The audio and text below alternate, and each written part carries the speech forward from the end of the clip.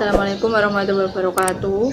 Saya Farsi Purnawati. Kali ini mau membahas tentang tahapan penyusunan konsep dan tahapan penyuntingan. Oke, langsung saja ya. Untuk tahapan penyusunan konsep, sebelum kita menyusun konsep, maka kita perlu pastikan beberapa hal berikut ini. Yang pertama yaitu tahapan pra penulisan. Kita pastikan dulu pemilihan dan pembatasan topik, merumuskan tujuan, mempertimbangkan bentuk karangan, mempertimbangkan pembaca, mengumpulkan data pendukung, merumuskan judul, merumuskan tesis, penyusunan ide dalam bentuk karangan atau outline. Jadi kita pastikan dulu tahapan pra penulisan itu mau gimana, seperti apa, seperti itu. Lalu kita pastikan juga pemilihan topik, yaitu topik apa yang akan kita tulis, topik yang diperoleh dari berbagai sumber. Kita juga harus kuasai itu, kita harus mengetahui itu, yaitu syarat-syarat dari topik tersebut, yaitu ketersesuaian, sesuai atau tidak, ketersediaan bahan, kemenarikan, kemanfaatan. Jadi topik tersebut harus meliputi 4 syarat itu, kita pastikan juga.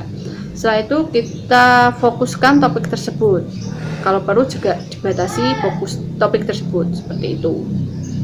Baru setelah itu masuk dalam tahapan penulisan draft, yaitu kita kuasai, kita pastikan juga tahapan penulisan draft, yaitu mengekspresikan ide-ide ke dalam tulisan kasar, yaitu mengembangkan ide masih bersifat tentatif, pengembangan ide yang masih bersifat tentatif.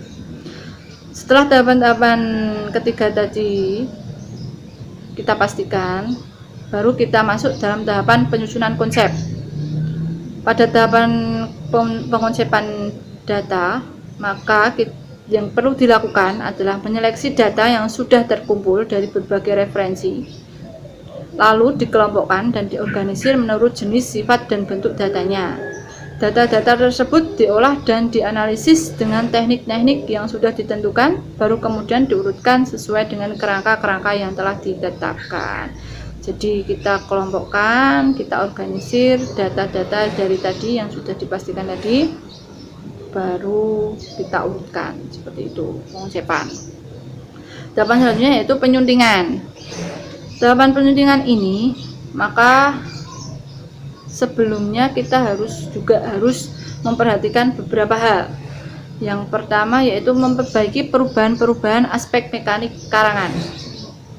Yang kedua, memperbaiki karangan pada aspek kebahasaan dan kesalahan mekanik yang lain. Aspek mekanik ini itu meliputi huruf kapital, ejaan, struktur kalimat, tanda baca, istilah, kosakata, format karangan, atau lain sebagainya.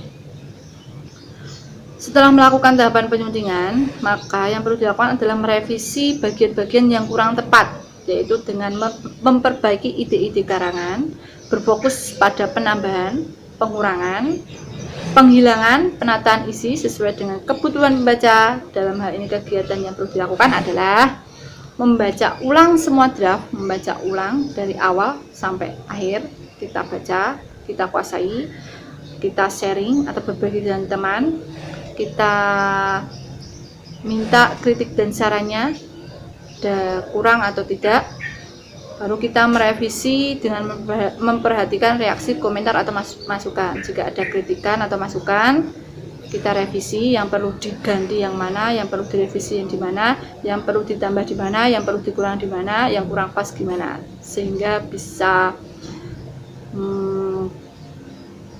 menjadi karya tulis yang baik, yang sesuai, seperti itu.